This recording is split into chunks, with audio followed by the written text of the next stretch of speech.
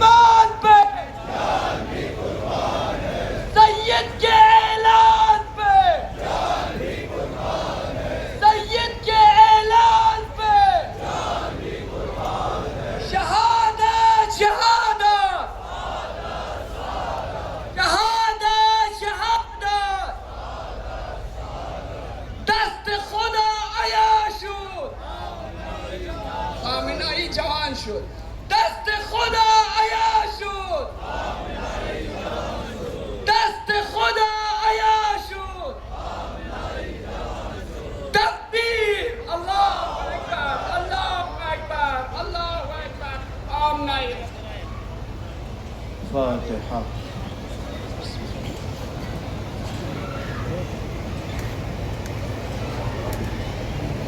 کہ دنیا کی سپر پاور بھی حیران ہو گئی.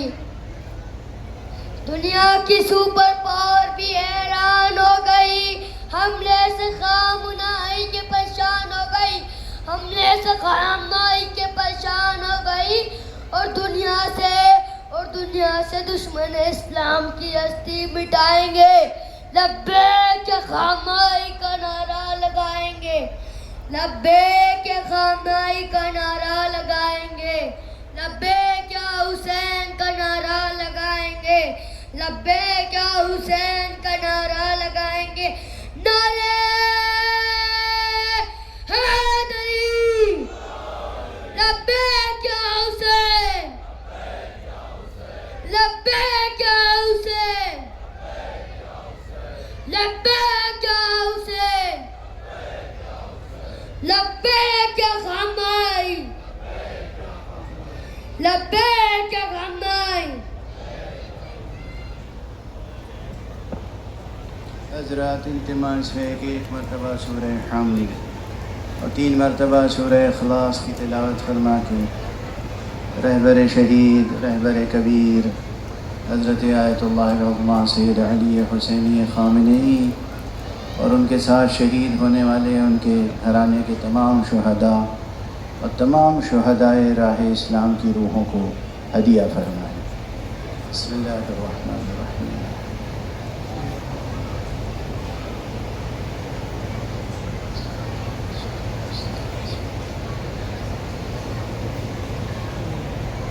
بسم اللہ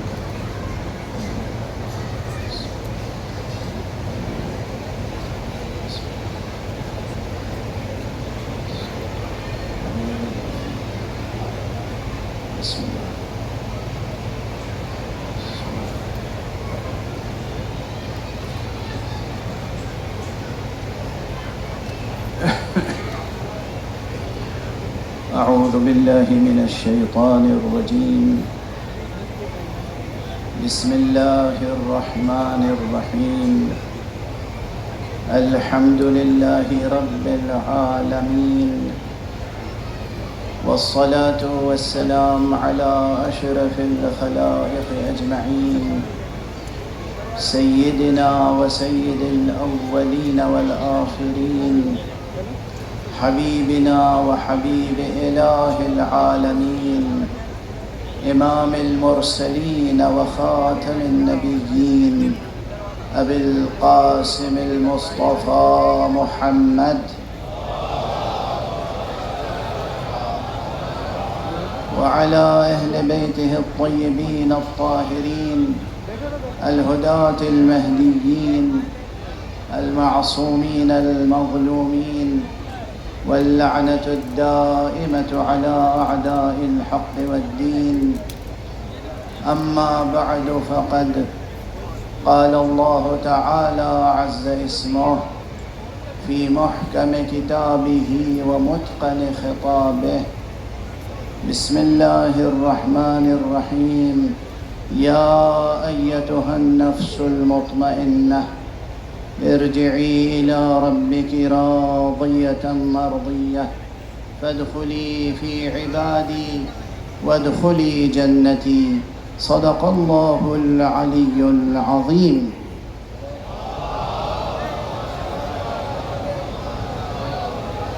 ایک مرتبہ اور بلندتر صلوات ارشاد فرمائیں.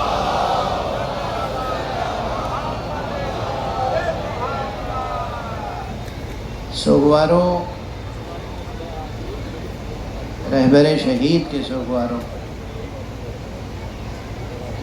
حقیقت یہ ہے کہ یہ غم معمولی غم نہیں ہے.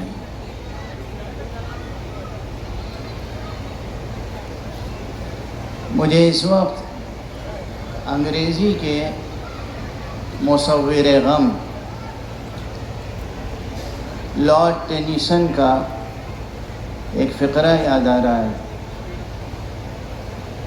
کیونکہ اس بزم میں ماشاءاللہ علماء کے ساتھ ساتھ بڑی تعداد میں دانشور صاحبان تشریف فرما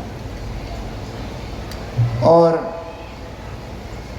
شیعوں کے ساتھ اہل سنت والجماعت حضرات اور مسلمانوں کے ساتھ دوسرے مذاہب کے حضرات تشریف فرما ہیں. تو اس لیے اس وقت میرے ذہن میں یہ فقرہ آ گیا کہ بات کو آپ تک منتقل کرنے کے لیے. لارڈ ٹینیسن انگریزی کا بہت بڑا شاعر ہے، اور انگریزی میں مرثیہ نگاری اور نوحہ نگاری میں شاید وہ صفحے اول میں ہے. اگر اس میں ایک کمی ہے تو بس یہ کہ اس کے پاس زبان ہے، ہنر ہے، شاعری ہے، مرثیہ کہنے کے لیے اس کے پاس تخیل ہے، زبان ہے، مگر اس کے پاس کربلا کا تصور نہیں تھا. اگر اس کے پاس کربلا کا تصور بھی ہوتا تو پھر اس کی مرثیہ نگاری کس قدر بلند پایا ہوتی، اس کا اندازہ آپ اچھی طرح کر سکتے ہیں. لیکن بہرحال وہ ہے مصور غم. اس نے ایک مقام پہ کہا ہے inarticulable grief، وہ غم جو قابل بیان نہیں ہے، وہ غم جو قابل اظہار نہیں ہے.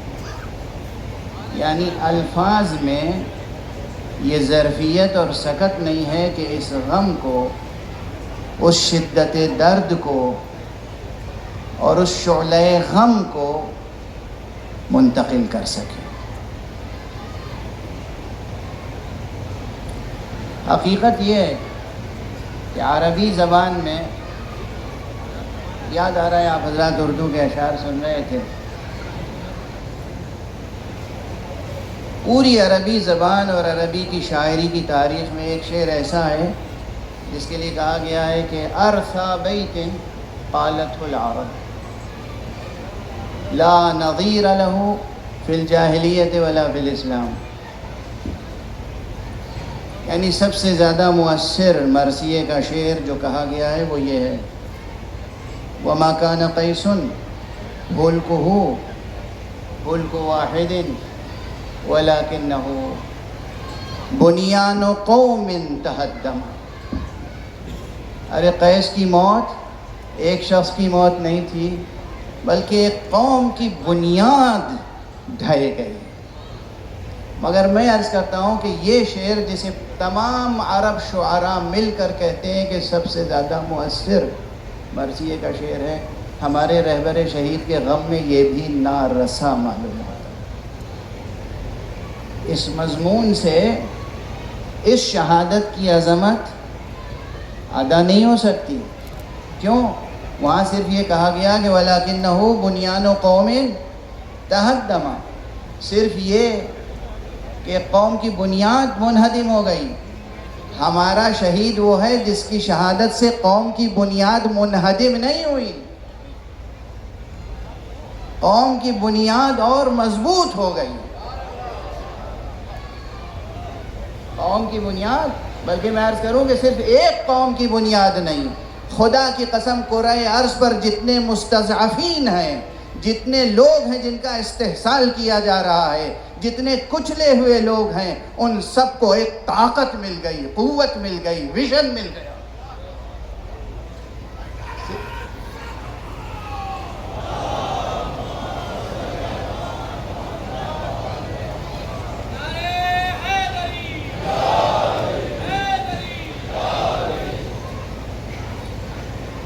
خدا کی قسم یہ میرے دل کی کیفیت ہے کہ میں رہبر شہید کے لیے اگر کوئی شعر نظر کر سکتا ہوں، علماء تشریف فرما ہے، کثر اللہ امثالہم، پروردگار ان تمام علماء کی کہ مساعی جمیلہ کو قبول فرمائے، آپ میں سے ایک ایک کی خدمتوں کو، کوششوں کو قبول فرمائے۔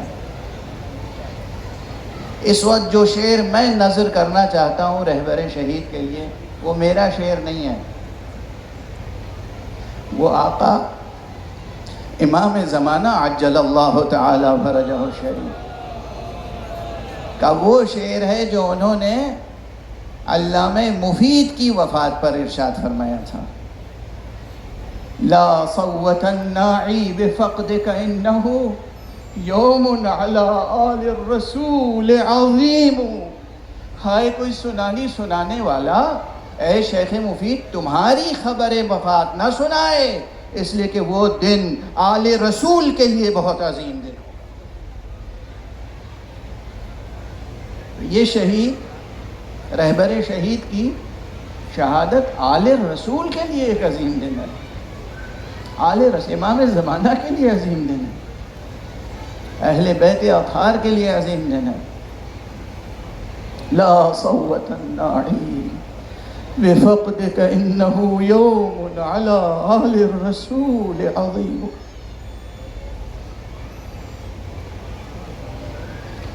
رہبر شہید کی شہادت جیسا کہ سبھی کہتے آ رہے ہیں، مسلسل آپ سماعت فرما رہے ہیں،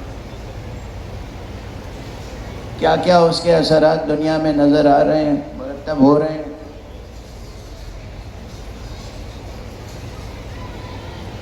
خود ان کی شخصیت معمولی شخصیت نہیں تھی، اب تو سب اس کو محسوس کر رہے ہیں،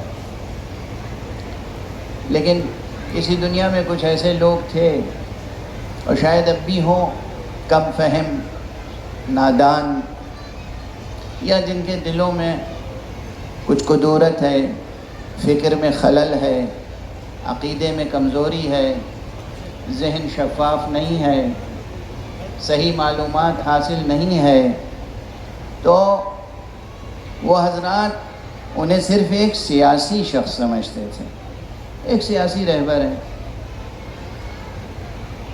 خدا کی قسم وہ صرف ایک سیاسی شخصیت کے مالک نہیں تھے۔ یہ تذکرے اس لیے کر رہا ہوں کہ اس مجمع میں صحافی حضرات تشریف فرمائیں، معتبر صحافی حضرات ہیں، لکھنے والے ہیں، بولنے والے ہیں، سوچنے والے ہیں۔ یہ 86-87 برس کا بزرگ جو ہم سے جدا ہوا، اس کی زندگی کو سمجھنے کے لیے سینکڑوں برس چاہیے عالم انسانیت کو۔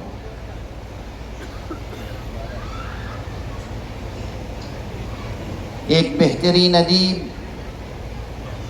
ایک بہترین شاعر، ایک بہترین مفکر، ایک بہترین دانشور، ایک بہترین فقیہ، ایک بہترین انسان، ایک بہترین رہبر، ایک بہترین بیٹا اپنے والدین کے لیے، ایک بہترین باپ اپنی اولاد کے لیے، اور ابوت کا تو وہ وصف تھا کہ آپ برابر سن رہے ہیں، پوری دنیا ان کی شہادت کے بعد کہہ رہی ہے، جیسے لگتا ہے ہمارے سر سے باپ کا سایہ اٹھ گیا۔ یہ معمولی بات نہیں ہے، یہ بات مکرر کہی گئی، لیکن میں ایک جملہ عرض کرنا چاہتا ہوں اپنے ساتھی، دوست، بزرگ، علماء، خطبہ کے لیے بھی، کہ جب آپ قدم رکھتے ہیں ایک رجل دین بننے کے لیے، جب آپ قدم رکھتے ہیں میدان علم و عمل میں دین کے حوالے سے، تو ایک بات یاد رکھیے، مجھے ایک بات بہت اچھی لگتی ہے جو کرسچن معاشرے میں ہے، ہو سکتا ہے یہاں مسیحی حضرات بھی تشریف فرما ہوں۔ یہ مسیحی معاشرے میں کہاں سے آئی یہ بات؟ یقین کے ساتھ، ابھی جسے کہتے ہیں تحقیق کے ساتھ تو میں نہیں کہہ سکتا، میں نے اس موضوع پہ ابھی تحقیق اپنی مکمل نہیں کی ہے، لیکن مجھے یقین ہے کہ یہ میراث انبیاء ہے، میراث ائمہ ہے۔ وہ اپنے عالم دین کو، کلرجی کو، جو پریسٹ ہوتا ہے اسے فادر کہتے ہیں، یعنی اگر عالم دین نوجوان بھی ہے، 30-35 برس کا، 40 برس کا عالم دین، کوئی 80-90 برس کا بوڑھا عام انسان، مسیحی، کرسچن، وہ 90 برس کا بوڑھا اس 40 برس کے جوان عالم دین کے سامنے آ کے جھک کے کہتا ہے فادر، فادر۔ یہ تصور کہیں اور سے نہیں آیا ہے، حقیقت میں جو اللہ کے لیے کام کرے اور اللہ کی طرف سے ہدایت مردم کے لیے، انسانوں کی ہدایت کے لیے کام کرے، اسے یہ رتبہ ملتا ہے۔ اور اسی لیے حضرت پیغمبر اکرم صلی اللہ علیہ وآلہ وسلم نے ارشاد فرمایا تھا، انا وعلی ابوا هذه الامہ، میں اور علی اس امت کے باپ ہیں۔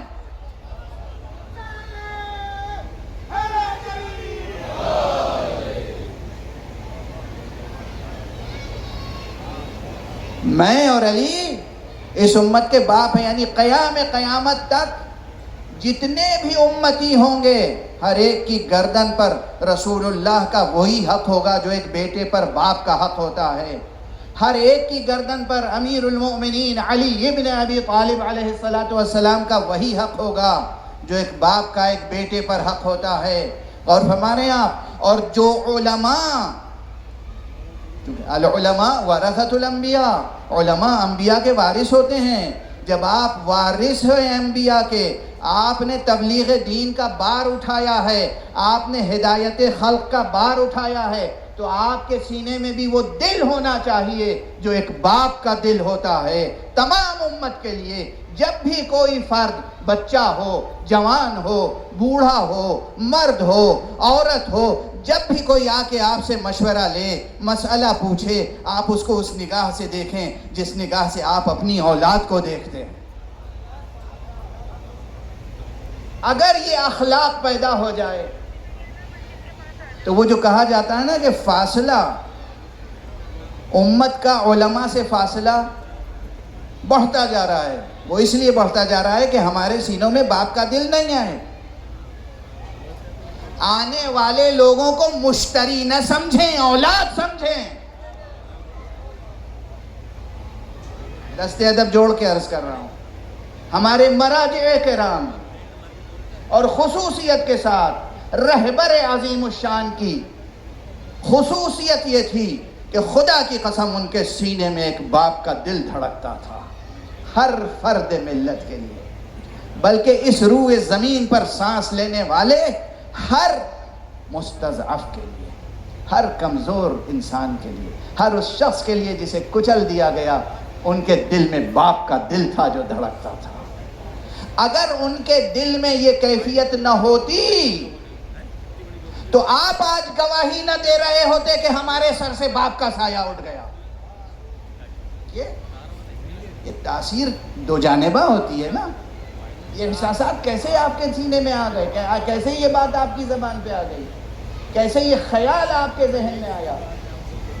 ہندو، سنی، شیعہ، مسیحی، ہر ایک کہہ رہا ہے ہمیں تو ایسا لگ رہا ہے جیسے ہمارے سر سے باپ کا سایہ اٹھ گیا.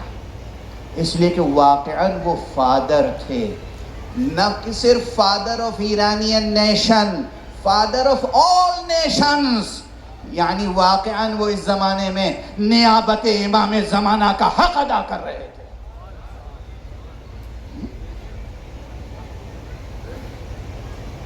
بحیثیت انسان اور پھر بحیثیت قائد، بحیثیت رہبر. دنیا دیکھ رہی ہے، باتیں کہی جا چکی ہیں، لیکن تذکر کے لیے، یاد دہانی کے لیے دیکھیے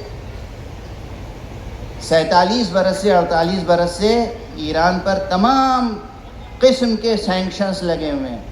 پابندیاں پابندیاں پابندیاں، سینکشنز. جو ایرانی سرمایہ ہے، اثاثہ ہے، وہ منجمد غاصب کے ہاتھ میں ہے.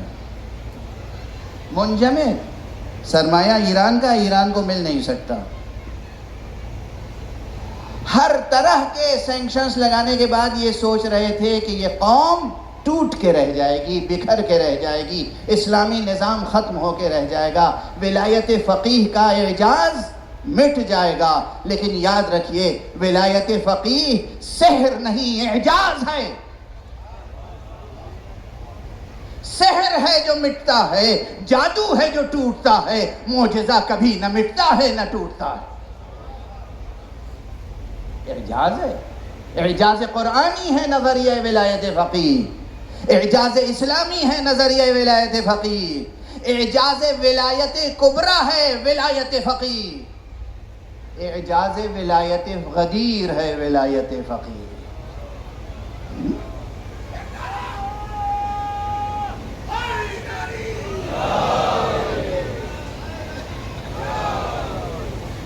جو نعرہ دیا تھا امام راحل نے، حضرت آیت اللہ العظمیٰ عارف کبیر. دیکھیے نا، ایک کے بعد ایک شخصیتیں ہوتی ہیں. میں دست ادب جوڑ کے عرض کر رہا ہوں، علامہ اقبال کے ہاں ایک بحث تھی. وہ شروع میں تصوف کے بہت سخت مخالف تھے، شاید آخر تک رہے، لیکن بعد میں لہجہ تھوڑا سا دھیما پڑ گیا تھا. میں تصوف کا مخالف نہیں ہوں، اس وقت مخالفت و موافقت کی بات نہیں کر رہا ہوں، لیکن کیوں وہ مخالف تھے، یا اور بہت سے لوگ نظریاتی طور پر، علمی اعتبار سے سمجھتے ہیں کہ تصوف اصل دین کے پیرالل الگ نظام بنایا گیا ہے. یہ سب بحثیں علمی ہیں، اشارے کر کے آگے بڑھ رہا ہوں اس لیے کہ اس مجمع میں کوئی بھی دانشور ہوگا، کوئی بھی ریسرچر ہوگا، کوئی بھی طالب علم ہوگا، وہ جا کر ایک جملہ سنے گا اور انشاءاللہ ایک مقالہ لکھے گا، تحقیق کرے گا، جستجو کرے گا. تصوف فکری اعتبار سے توحید میں ان کا کیا نظریہ ہے اور دوسرے مسائل میں کیا نظریہ ہے وہ الگ، اس سے قطع نظر. عملاً تصوف کی تاریخ میں یہ ہے کہ آپ خدا سے وابستہ ہونے کے لیے، ذکر خدا کے لیے گوشہ نشیں ہو جاتے ہیں، سجادہ نشیں ہو جاتے ہیں. سجادہ نشیں کے کیا معنی ہے، وہ معنی خیز بات ہے، اس وقت نہیں عرض کروں گا. گوشہ نشیں ہیں، خانقاہ نشیں ہو جاتے ہیں، ایک گوشے میں معتکف ہو جاتے ہیں. وہ عرفاء الگ ہوں گے جو ساری دنیا سے کٹ کے خدا سے رابطہ کرتے ہیں.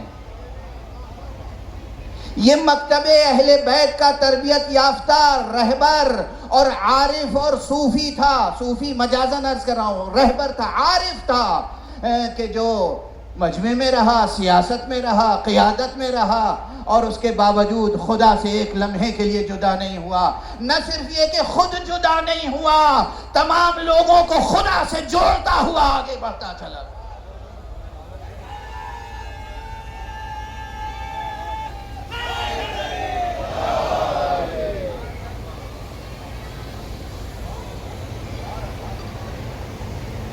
موعظہ کر کے خدا سے جوڑنے کی کوشش کرنا الگ ہے، تقریریں کر کے خدا رسول اہل بیت سے جوڑنے کی کوشش کرنا الگ ہے. سخن فروش الگ ہوتے ہیں، سخن ساز الگ ہوتے ہیں. کس متانت سے حضرت آیت اللہ العظمیٰ خامنئی یا حضرت آیت اللہ العظمیٰ خمینی کس متانت سے تقریر کرتے تھے. آپ سب نے جس طرح میں بلند آواز سے کچھ جملے کہہ رہا ہوں، اس طرح سے بلند آواز سے تو کوئی جملہ ہی نہیں کہتے تھے. آہستہ سے نرم گفتاری کے ساتھ کچھ جملے کہہ دیتے تھے، لیکن وہ جملے لوگوں کے دل و جگر میں شعلے بھڑکا دیتے تھے. یہ کون سی تاثیر تھی؟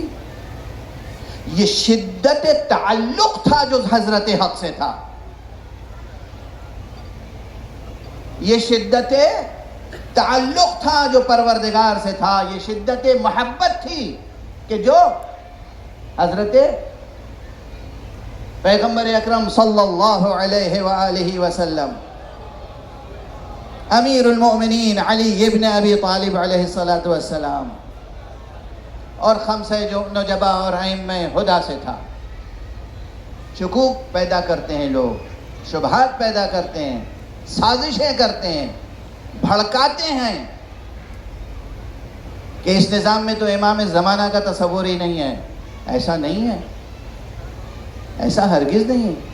آپ سب حضرات دیکھیں کتنی بار کتنی تقریروں میں رہبر خود دعائے امام زمانہ پڑھتے ہوئے نظر آتے ہیں. اللہم کن لولیک الحجہ پڑھتے تھے نہیں پڑھتے تھے؟ جب خود وہ پڑھ رہے ہیں تو پھر کس طریقے سے کوئی کہہ سکتا ہے کہ امام زمانہ عجل اللہ تعالی فرجہ شریف کے عقیدے یا ان کی حقیقت پر کوئی سوالیہ نشان قائم ہو رہا ہے؟ ہرگز نہیں. جتنے شکوک و شبہات ہیں کچھ مٹ گئے اور کچھ مٹ جائیں گے انشاءاللہ. دیکھیے اب دو ایک باتیں اور عرض کر دوں. سنجیدہ بات ہے، بالکل سنجیدہ بات ہے. ایک شب قبل میں نے امروہے میں بھی یہ بات کہی تھی، لندن میں بھی کہی اور بارہا کہی ہے، لیکن یہ بات بار بار کہنے کی ہے، اس لیے کہ مسئلہ صرف ایک مذہب کا، ایک فرقے کا، ایک ملت کا، ایک نیشن کا، صرف ایرانی قوم کا نہیں ہے. مسئلہ پوری انسانیت کا ہے، پوری انسانیت کا ہے. حضرت امام خمینی نے رضوان اللہ تعالی علیہ کمیونزم کے نظام کے لیے کہا تھا کہ اب یہ نظام بہت جلد تاریخ کے میوزیم میں رہ جائے گا، اور وہی ہوا. سید خامنئی نے اپنی شہادت سے اب یہ انتظام کر دیا ہے کہ کیپٹلزم کا نظام بھی اب تاریخ کے صرف میوزیم میں رہ جائے گا. یہ کیپٹلزم کا نظام یہ ہے ناسور، یہ ہے کینسر انسانیت کے لیے. صرف اسلام کی بات نہیں کر رہا ہوں، صرف شیعہ مذہب کی بات نہیں کر رہا ہوں. جتنے دانشمند سوچنے والے اہل نظر اہل فکر ہیں یہ درس لے کے جائیں کہ کیپٹلزم، اور وہ بھی سو کالڈ ویسٹرن کیپٹلزم، یہ ہے انسانیت کا کینسر، یہ ہے انسانیت کے لیے ناسور، جس کا سب سے مکروہ ترین نمونہ ڈونلڈ ٹرمپ اور ان کا ایڈمنسٹریشن ہے. بار بار میں نام نہیں لوں گا. فضائے مجلس قائم ہو چکی ہے اس نورانی پاکیزہ معطر فضا میں، نہ جس نام لینا بھی بار بار مناسب نہیں معلوم. تو بس اب دوبارہ نام نہیں لوں گا. آپ مجھ سے توقع نہ رکھیے گا کہ میں یہ نام دوبارہ لوں. کیپٹلزم جہاں خدا کی قسم آپ سب پر فرض ہے، آپ مسلمان ہوں، ہندو ہوں، کرسچن ہوں، جیو ہوں، کسی بھی مذہب اور کسی بھی دین پر ہوں، آپ کے لیے فرض ہے کہ آج ایران کے علماء سے سیکھیں کہ اسلامی نظام اقتصاد کیا ہے، اور اسلامی نظام اقتصاد پر جتنے لوگ اب تک کام کر چکے ہیں وہاں تھوڑی بہت کمی رہ گئی ہے یہ واضح کرنے میں کہ کیپٹلزم سے اسلامی نظام کتنا مختلف ہے، کہاں جدا ہے. خط فاصل کیا ہے، لائن آف ڈیمارکیشن کیا ہے، کہاں کہاں ہم الگ ہوتے ہیں کیپٹلزم سے. لیکن نظام ایرانی کو جو زیر سایہ ولایت فقیہ پروان چڑھ رہا ہے، عرض کر رہا ہوں، جو زیر سایہ نظام ولایت فقیہ پروان چڑھ رہا ہے، اس نظام کے تحت آپ مطالعہ کریں، ریسرچ کریں، پی ایچ ڈی کریں کہ کس طریقے سے عالم انسانیت کو ویسٹرن کیپٹلزم اور ٹوٹلی کیپٹلزم کے سحر سے، اس کے جادو سے، اس کی نحوستوں سے بچا سکتے ہیں اور اسلام کی برکتوں سے اس دنیا کو بہشت بنا سکتے ہیں. یہ موقع ہے. صرف تھیوریٹیکل باتیں نہیں ہے، پریکٹیکل آپ کے سامنے. کیا نظام اقتصاد ہے صاحب، وہ کیا نیت ہے، کیا عزم ہے، کیا حوصلہ ہے.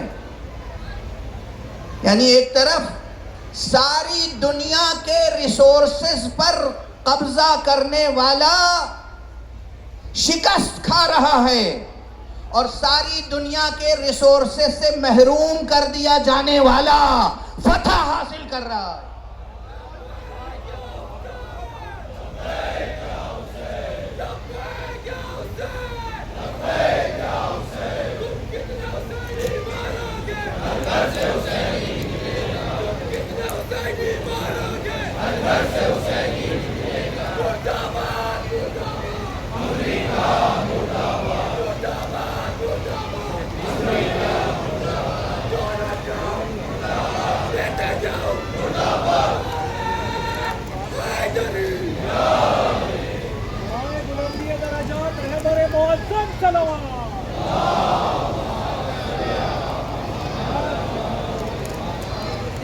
جوانوں، عزیزوں، طالب علموں بطور خاص سنو، یہ تو صرف اقتصاد کی بات تھی.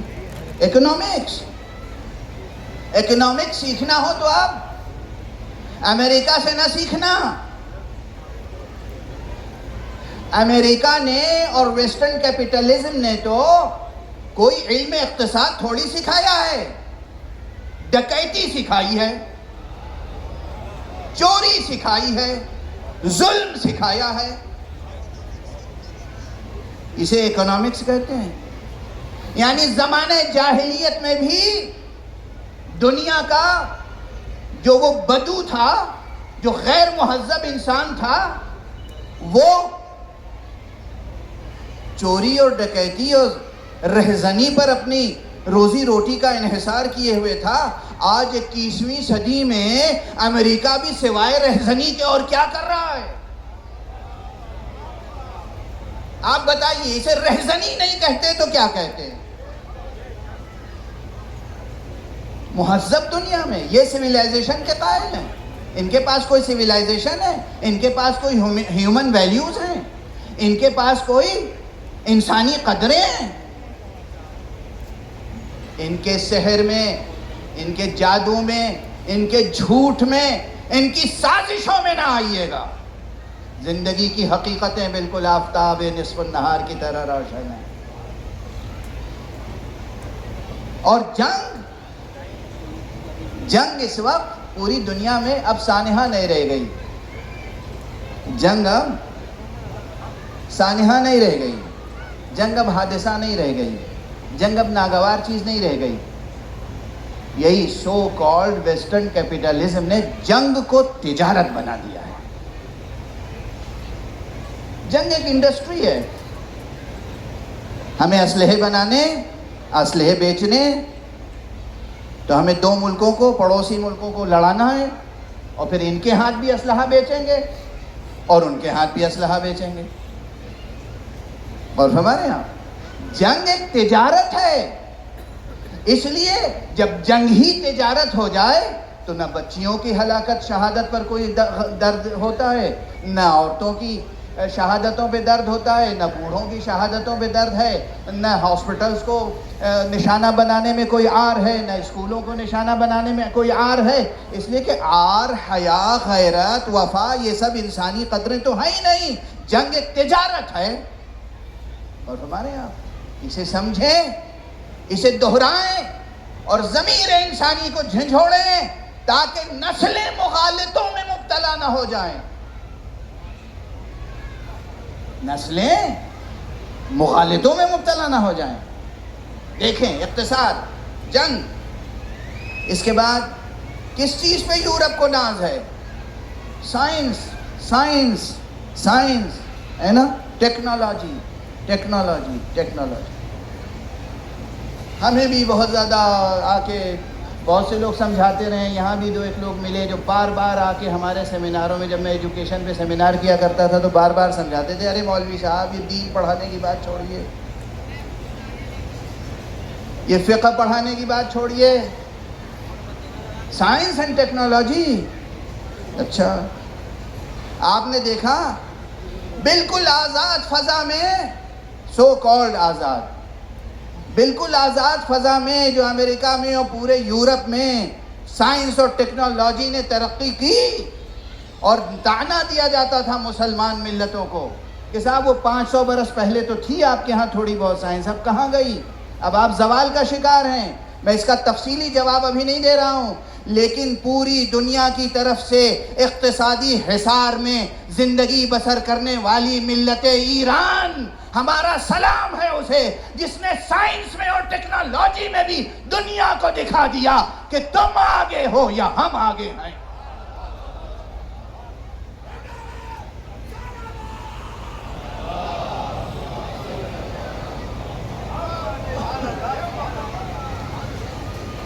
برکات انقلاب اسلامی, برکات نظام ولایت فقیہ. ارے اس پر نہ جانے کتنی جلدوں میں انسائکلوپیڈیا دائرۃ المعارف لکھے جائیں گے اور لکھے جا رہے ہیں. اور یہ سب برکتیں کس چیز کی ہیں؟ کس چیز کی برکتیں ہیں؟ میں بار بار کہہ رہا ہوں, نظام ولایت فقیہ, نظام اسلامی, انقلاب اسلامی. یہ انقلاب اسلامی آیا کہاں سے ہے؟ یہ نظام ولایت فقیہ آیا کہاں سے ہے؟ یہ نظام ولایت فقیہ ولایت غدیر سے وابستہ ہے.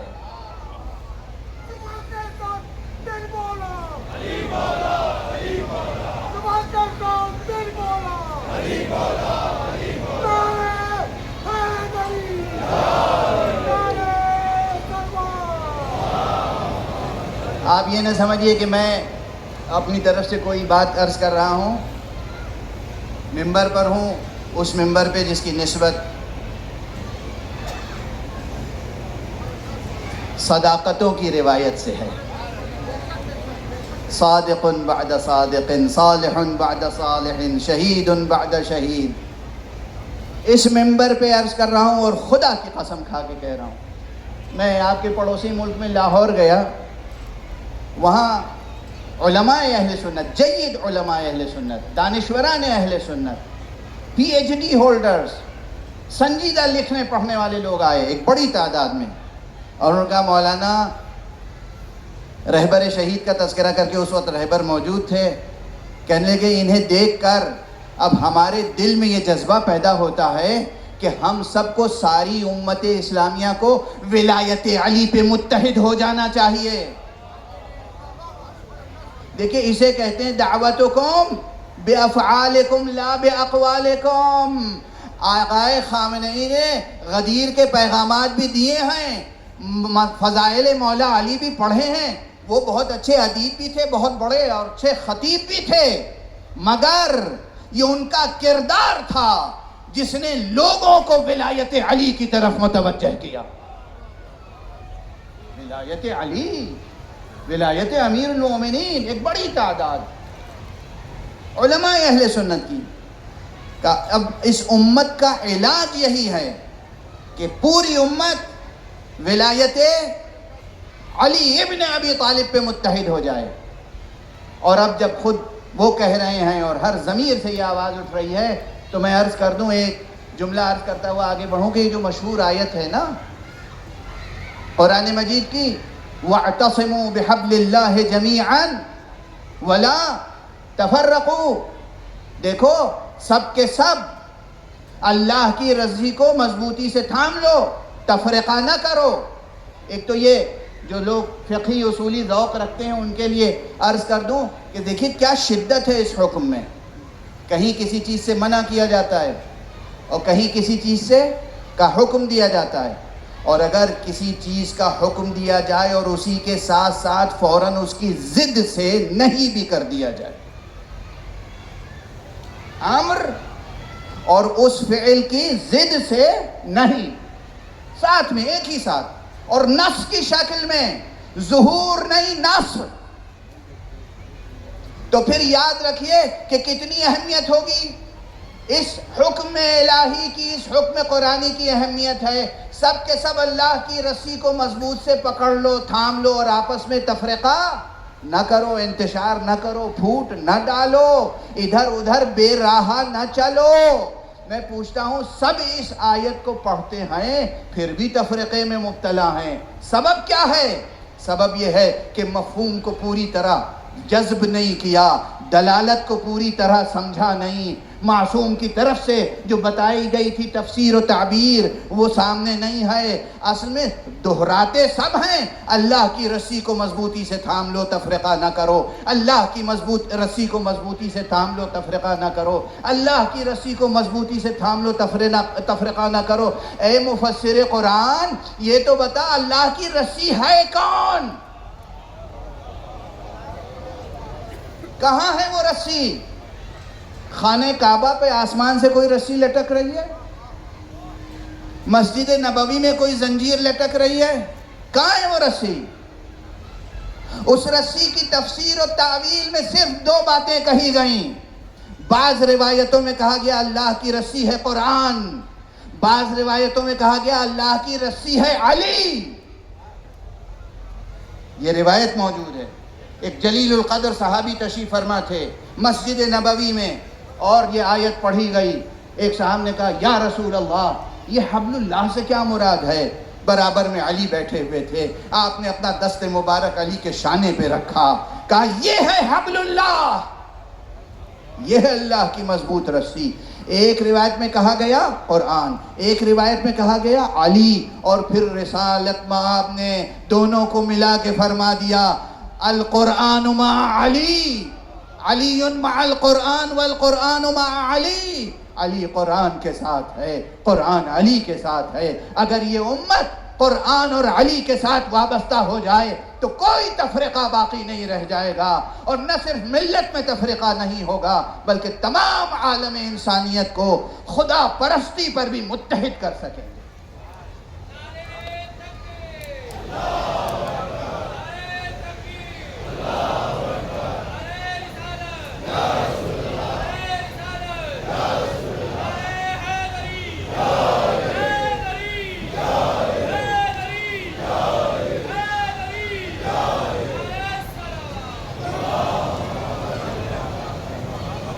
قرآن ہے حبل اللہ، علی ہے حبل اللہ، ولایت علی ہے حبل اللہ، اور اسی حبل اللہ، اسی رسی کا ایک سلسلہ ہے ولایت فقیہ، اسی سلسلہ، وہی سلسلہ، کچھ اور نہیں ہے۔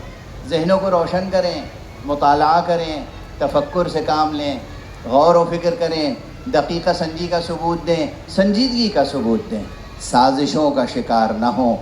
ہمارا ایک ولی فقیہ ہم سے جدا ہوا، لیکن اللہ کا شکر ہے، احسان ہے کہ ہمارے سر پر ابھی ولایت کا سلسلہ جاری ہے۔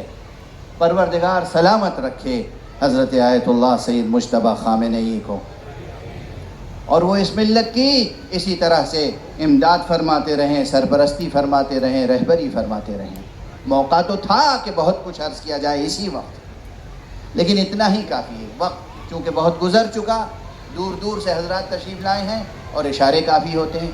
دیکھیے یہ ایک سانحہ شہادت کا، اور یہ ایک ملت ایران، ملت اسلامیہ ایران کا کردار، ان کا قرار دل، ان کا ثبات قدم، ان کا کردار، ان کا اخلاق پوری دنیا پہ آج حجت تمام کر رہا ہے، اتمام حجت کر رہا ہے۔ دیکھو مسلمان ایسے ہوتے ہیں، دیکھو قرآن والے ایسے ہوتے ہیں، دیکھو محمد والے ایسے ہوتے ہیں، دیکھو علی والے ایسے ہوتے ہیں، دیکھو حسن حسین والے ایسے ہوتے ہیں، اور ہمارے ہاں اتمام حجت ہو رہی ہے، اتمام حجت۔ اور علوم میں پھر عرض کر رہا ہوں، پھر یاد دیں، اکنامکس میں ریسرچ کریں، سائنس اور ٹیکنالوجی کی ترقی دیکھیں۔ اب امریکہ کے سائنسدانوں سے نہ سیکھیں، جا کے ایران کے جانبازوں سے سیکھیں، ان کے جانبازوں سے سیکھیں.